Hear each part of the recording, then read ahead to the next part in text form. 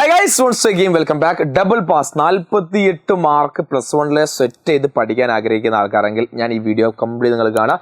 പ്രധാനപ്പെട്ട ചോദ്യങ്ങളും ഉത്തരങ്ങളും കറക്റ്റ് ഇരുന്ന് പഠിക്കാൻ നിങ്ങൾ റെഡി ആണെങ്കിൽ +1 +2 ജയിച്ച ആൾക്കാരെങ്ങൾ മാറും. 48 മാർക്ക് +1 പൊളിറ്റിക്കൽ സയൻസിൽ ഏറ്റവും വലിയ നിങ്ങൾക്ക് വാങ്ങാം. സോ ആദ്യ ചാപ്റ്റർ നിങ്ങൾ പഠിച്ചിരുന്ന ചോദ്യം, who was the president of constitution assembly?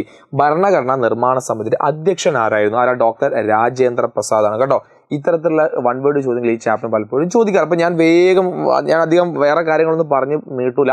ചോദ്യങ്ങളും ഉത്തരങ്ങളും വേഗം പറഞ്ഞു പോകും. നിങ്ങളിത് കറക്റ്റ് ഇരുന്ന് പഠിക്കണം. ഓക്കെ, രണ്ടാമത് ചോദ്യം നോക്കൂ. ഈ നമ്മുടെ ഭരണഘടനയിൽ നിന്ന് മറ്റു പല ആളുകളിലും മറ്റു പല രാജ്യങ്ങളിൽ നിന്നും നമ്മൾ കടമെടുത്ത കുറച്ചൊക്കെ ഒരുപാട് ഫാക്ടേഴ്സ് ഉണ്ട് അല്ലേ. ഇപ്പോൾ ഇതിൽ ഫസ്റ്റ് പാസ് പോസ്റ്റ് അല്ലെങ്കിൽ കേവല ഭൂരിപക്ഷ വ്യവസ്ഥ, മൗലികാവകാശങ്ങൾ, ഫെഡറേഷൻ, അതുപോലെ തന്നെ ഡയറക്റ്റ് പ്രിൻസിപ്പിൾ, ഇതൊക്കെ പല രാജ്യങ്ങൾ നമ്മൾ കോപ്പി എടുത്ത കാര്യങ്ങളാണ്. ആ പോർഷൻസ് ഒരു 4 മാർക്കിന് ചോദ്യം എന്തായാലും ചോദിക്കും. അപ്പോൾ ആ പോർഷൻസ് നിങ്ങൾ കറക്റ്റ് പഠിക്കണം. ഫോർ എക്സാമ്പിൾ നോക്കുന്നത്, ഫസ്റ്റ് പാസ് പോസ്റ്റ് ആരാ? ബ്രിട്ടൻ എന്നാണ് എടുത്ത്. ഫണ്ടമെന്റൽ റൈറ്റ് അമേരിക്കയാണ്. ക്വാസി ഫെഡറൽ ഫോം കാനഡയാണ്. ഡയറക്റ്റ് പ്രിൻസിപ്പിൾ ഐറിഷ് ആണ് അല്ലേ. ഈ രീതിയിൽ മാച്ച് ദ ഫോളോയിങ് ചോദിക്കും, പഠിച്ചു വെക്കാം. ഓക്കെ, ഇനി നമ്മൾ പിന്നെ ഭരണഘടനയുടെ ഫങ്ഷൻസ് ഓഫ് കോൺസ്റ്റിറ്റ്യൂഷൻ, ഇതെന്തായാലും ചോദിക്കും. 5 മാർക്കിൻ്റെയും 3 മാർക്കിൻ്റെ ചോദ്യമായി ചോദിക്കും. ഭരണഘടനയുടെ 5 ഫങ്ഷൻസ് ഇത് കറക്റ്റ് പഠിച്ചു വെക്കാം. റെഡി? ഇത് നമ്മൾ പോകുന്നത് ഇന്ത്യൻ ഭരണഘടന അവകാശങ്ങൾ 2ാം ചാപ്റ്ററിൽ പോകുകയാണെങ്കിൽ മൗലിക അവകാശങ്ങൾ ഒരു സംശയം വേണ്ട, 8 മാർക്കിന്റെ എസ്സേ ആയിട്ട് ചോദിക്കും. ഒരു സംശയവും വേണ്ട. ആ 8 മാർക്കിന്റെ എസ്സേ ചോദിക്കുമ്പോൾ റൈറ്റ് ഇക്വാലിറ്റി എന്താണ്, റൈറ്റ് ടു ഫ്രീഡം എന്താണ്, right again exploitation, right to freedom of religion, culture and education right, constitutional remedies, ഇത് കറക്റ്റ് 8 കറക്റ്റ് പഠിച്ചാൽ മാത്രം പറയുന്നതിൻ്റെ ഓരോ ആർട്ടിക്കിൾസും ഓരോന്ന് എന്താണ് പറയുന്നത്. ഇപ്പോൾ നമുക്ക് 14 മുതൽ സ്റ്റാർട്ട് അല്ലേ, 14 മുതൽ 18 വരെ എന്തിനെ പറ്റി സംസാരിക്കുന്നു, 10 മുതൽ 22 വരെ എന്തിനെ പറ്റി സംസാരിക്കുന്നു. അങ്ങനെ ഓരോ ആർട്ടിക്കിളും കറക്റ്റ് നിങ്ങൾ ഇരുന്ന് പഠിക്കണം. ഓരോന്നും അങ്ങനെ കറക്റ്റ് പഠിച്ചാൽ 8 മാർക്ക് എന്ത് ചെയ്യും ഇവിടുന്ന് കിട്ടും. അപ്പോൾ കറക്റ്റ് ഡീറ്റെയിൽ ആയിട്ട് 6 പഠിച്ചു വെക്കാം. ഇനി നമ്മൾ ഇലക്ഷനിലെ ചാപ്റ്ററിൽ പോകുമ്പോൾ എന്താണ് ഇന്ത്യയിൽ ദ ഫസ്റ്റ് പാസ്റ്റ് പോസ്റ്റം കേവല ഭൂരിപക്ഷ വ്യവസ്ഥ ഇന്ത്യയിൽ നടപ്പിലാക്കാനുള്ള പ്രധാനപ്പെട്ട കാരണം എന്ത്? ഷുവർ ചോദ്യമാണ്. 3-4 മാർക്ക് എനിക്ക് ഈസി ആയിട്ട് സ്കോർ ചെയ്യാൻ പറ്റുന്ന ചോദ്യമാണ്. അപ്പോൾ ആ കാര്യങ്ങൾ പറിച്ചു. ഇത് വളരെ സിമ്പിളായ ലളിതമായ തെരഞ്ഞെടുപ്പ് സംവിധാനമാണ്. ഇന്ത്യയിൽ എല്ലാവർക്കും നമുക്ക് എളുപ്പത്തിൽ നമ്മുടെ ജനപ്രതിനിധി നമുക്ക് തിരഞ്ഞെടുക്കാൻ സാധിക്കും. നമുക്ക് ഇഷ്ടമുള്ള കാൻഡിഡേറ്റ് വോട്ട് ചെയ്യാൻ സാധിക്കും. അത്തരത്തിൽ വളരെ ഈസി പോയിന്റ് ആണ്. ആ പോയിന്റ്സ് നിങ്ങൾ കറക്റ്റ് പഠിച്ചു വെക്കണം, എക്സാമിന് ചോദിക്കും. റെഡി? ഇനി അടുത്ത് നോക്കി നിങ്ങൾ, who was the first election commission of India? ഇന്ത്യയുടെ ആദ്യ തെരഞ്ഞെടുപ്പ് കമ്മീഷൻ ആരായിരുന്നു? ഇന്ത്യയുടെ ആദ്യത്തെ തെരഞ്ഞെടുപ്പ് കമ്മീഷൻ ആരാടാ? ഇന്ത്യയിലെ ആദ്യത്തെ തെരഞ്ഞെടുപ്പ് കമ്മീഷൻ എന്ന് പറഞ്ഞാൽ സുകുമാർ സെൻ ആണ്. ആ പേരും പഠിച്ച എക്സാമിന് ചോദിക്കുന്ന ഒരു പേരാണ് സുകുമാർ സെൻ. റെഡി? ഇത് നമ്മൾ എക്സിക്യൂട്ടീവിലൊക്കെ നമ്മൾ പോകുകയാണെങ്കിൽ ഇത് ക്ലാസിഫിക്കേഷൻ ഓഫ് എക്സിക്യൂട്ടീവ് അല്ലേ. നമുക്കറിയാം സിവിൽ സർവീസ് ഉണ്ട്, ഓൾ ഇന്ത്യ സിവിൽ സർവീസ് ഉണ്ട്, സെൻട്രൽ സർവീസ്, സ്റ്റേറ്റ് സർവീസ് ഉണ്ട് അല്ലേ. ഇത് പലപ്പോഴും വൺ വേർഡ് 3 മാർക്കിന്റെ ചോദ്യം 2 മാർക്കിന്റെ ചോദ്യമായി ചോദിക്കാറുണ്ട്. അപ്പോൾ സെൻട്രലും സ്റ്റേറ്റ് സർവീസ് കറക്റ്റ് പഠിച്ചു വെക്കുക. അതുപോലെ തന്നെ write any 3 discretionary power of president of India? Indian പ്രസിഡന്റിന് ഏതെങ്കിലും 3 വിവേചന അധികാരങ്ങൾ പഠിക്കുക. അല്ലെങ്കിൽ അത് 3ആവാം 4ആവാം. അപ്പോൾ ഡിസ്ക്രിഷണറി പവർ ഓഫ് പ്രസിഡന്റ്, രാഷ്ട്രപതിയുടെ വിവേചന അധികാരങ്ങൾ എക്സാമിന് ഷുവർ കട്ടായി ചോദിക്കുന്ന ടോപ്പിക്കാണ്. അത് കറക്റ്റ് പഠിച്ചു വെക്കണം. ഏതൊക്കെയാണ്? പ്രധാനമന്ത്രി എല്ലാ കാര്യങ്ങളും പ്രസിഡന്റ് അറിയിക്കണം. പ്രസിഡന്റ് വീറ്റോ അധികാരമുണ്ട്. പ്രസിഡന്റിന്റെ പ്രവർത്തന റിപ്പോർട്ട് രാഷ്ട്രപതിക്ക് എന്ത് ചെയ്യാം? ചോദിക്കാം. അല്ലെ, ബഡ്ജറ്റിനെ പറ്റിയുള്ള കാര്യങ്ങൾ. അപ്പോൾ രാഷ്ട്രപതിയുടെ മാത്രമായി വരുന്ന ചില അധികാരങ്ങളിൽ കറക്റ്റ് പഠിച്ചു വെക്കുക. റെഡി? ഇന്ന് നമ്മൾ ലെജിസ്ലേറ്റീവ് നിയമനിർമ്മാണ സഭയിലേക്ക് പോകുമ്പോൾ why do we need two house of parliament? ഇന്ത്യയിൽ എന്തിനാണ് ദ്വിമണ്ഡല നിയമനിർമ്മാണ സഭ അല്ലെ? നമ്മുടെ പാർലമെന്റ് ഒന്നല്ല, നമുക്ക് എന്തുണ്ട്?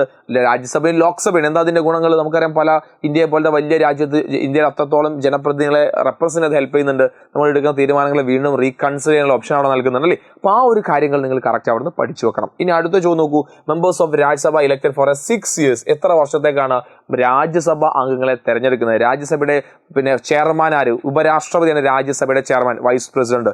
ഇതൊക്കെ മാറി മാറി ഈ ചാപ്റ്റർ ചോദ്യം വൺ വേർഡുകളാണ്, കറക്റ്റ് പഠിച്ചു വെക്കുക. ഓക്കെ, 6 വർഷത്തേക്കാണ്. ഒരു 6 വർഷത്തേക്ക് തെരഞ്ഞെടുക്കപ്പെടുന്ന എവിടേക്ക് മാത്രമാണ്? ഇവിടേക്ക് മാത്രമാണ് അല്ലേ. നോട്ട് ചെയ്ത് വെക്കുക. അടുത്ത് പിന്നെ explain the different stage of law making procedure Indian parliament? Indian parliament നിയമനിർമ്മാണത്തിന്റെ വിവിധ ഘട്ടങ്ങൾ എന്തല്ല? ഒരു സംശയം വേണ്ട. 5 മാർക്കിന്റെ ചോദ്യം നാളത്തെ ചോദ്യ പേപ്പറിൽ നിങ്ങൾ കാണും. 5 മാർക്കിന്. ഓക്കെ, അപ്പോൾ എന്താണ് ഏതെല്ലാം രീതിയിൽ നമ്മൾ ഉണ്ടാക്കുന്നത് കറക്റ്റ് നോട്ട് ചെയ്ത് നമുക്ക് പറയാം. 5 ഘട്ടങ്ങളിലൂടെ ആയിട്ട് 3 റീഡിംഗ് അല്ല, 5 ഘട്ടങ്ങളുണ്ട്. 3 റീഡിംഗ്. 1ാം വായന, first reading, second reading, third reading ഉണ്ട്. First stage, second stage, third stage, fourth stage, 5th stage. 5 ഘട്ടങ്ങളായിട്ട് 3 റീഡിങ്ങിലൂടെയാണ് നമ്മൾ എന്ത് ചെയ്യുന്നത്? ഇന്ത്യയിൽ നിയമം നടപ്പിലാക്കുന്നത്. ആ കാര്യം കറക്റ്റ് പഠിച്ചു വെക്കുക. റെഡി? ഇനി അടുത്ത് നോക്കി നിങ്ങൾ, പിന്നെ ഇനി ജുഡീഷ്യറിയിൽ നമ്മൾ പോകുമ്പോൾ ഈ ഒരു കോളം, അതായത് സ്ട്രക്ചർ ഓഫ് ഇന്ത്യൻ ജുഡീഷ്യറി, ആ ഒരു പിരമിഡ് എക്സാമിന് ചോദിക്കാറുണ്ട്. ഏറ്റവും ടോപ്പിൽ ഹൈക്കോടതി ഉണ്ട്, സുപ്രീം കോടതി ഉണ്ട്, ഡിസ്ട്രിക്ട് കോടതി ഉണ്ട്, സബ് കോടതീസ് അല്ലേ. സുപ്രീം കോടതി, ഹൈക്കോടതി, പിന്നെ എന്താണ് ജില്ലാ കോടതികൾ, പിന്നെ എന്താണ് സബ് ഡിവിഷൻ കോടതികളുണ്ട്, അല്ലെങ്കിൽ കീഴ്ക്കോടതികളുണ്ട്. പഠിച്ചു വെക്കുക. ഇനി പിന്നെ judicial of supreme court of India, supreme കോടതിയുടെ അധികാര പരിധി. ഇത് ഇങ്ങനെ ചോദിക്കാം, അല്ലെങ്കിൽ നിങ്ങൾക്ക് 5 മാർക്കിന് എസ് ആയിട്ട് ചോദിക്കാം, അല്ലെങ്കിൽ 8 മാർക്കിന് എസ് ആയിട്ട് ചോദിക്കാം. അപ്പോൾ ഇങ്ങനെ ചോദിച്ചാൽ സിമ്പിളാണ്. 2 മാർക്ക് ചോദ്യമാണ്. ഏതൊക്കെയാണ്?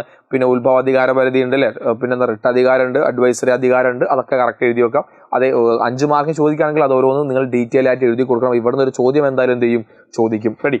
അത് കഴിഞ്ഞാൽ നമുക്ക് പിന്നെ Indian judiciary is consider as an independent and impartial discuss A provision which ensure the independence of judiciary in India.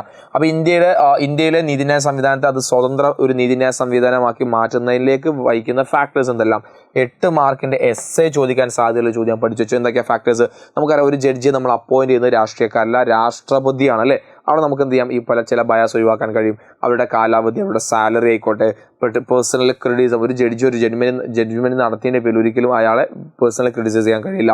Separate executive from ജുഡീഷ്യറിയിൽ നിന്നും എക്സിക്യൂട്ടീവ് വേർതിരിക്കുന്നുണ്ട്. ഇതൊക്കെ ഇതുമായി ബന്ധപ്പെട്ട പ്രധാനപ്പെട്ട കാര്യങ്ങളാണ്. നിങ്ങൾ നിർബന്ധമായും എന്തെങ്കിലും ഈ കാര്യങ്ങൾ പഠിച്ചു വെക്കുക. റെഡി? ഇനി ഫെഡറലിസത്തിൽ നമ്മൾ പോകുമ്പോൾ എക്സാമിന് ചോദിക്കുന്നതാണ് ഈ ഒരു കാര്യം ഉണ്ടല്ലോ.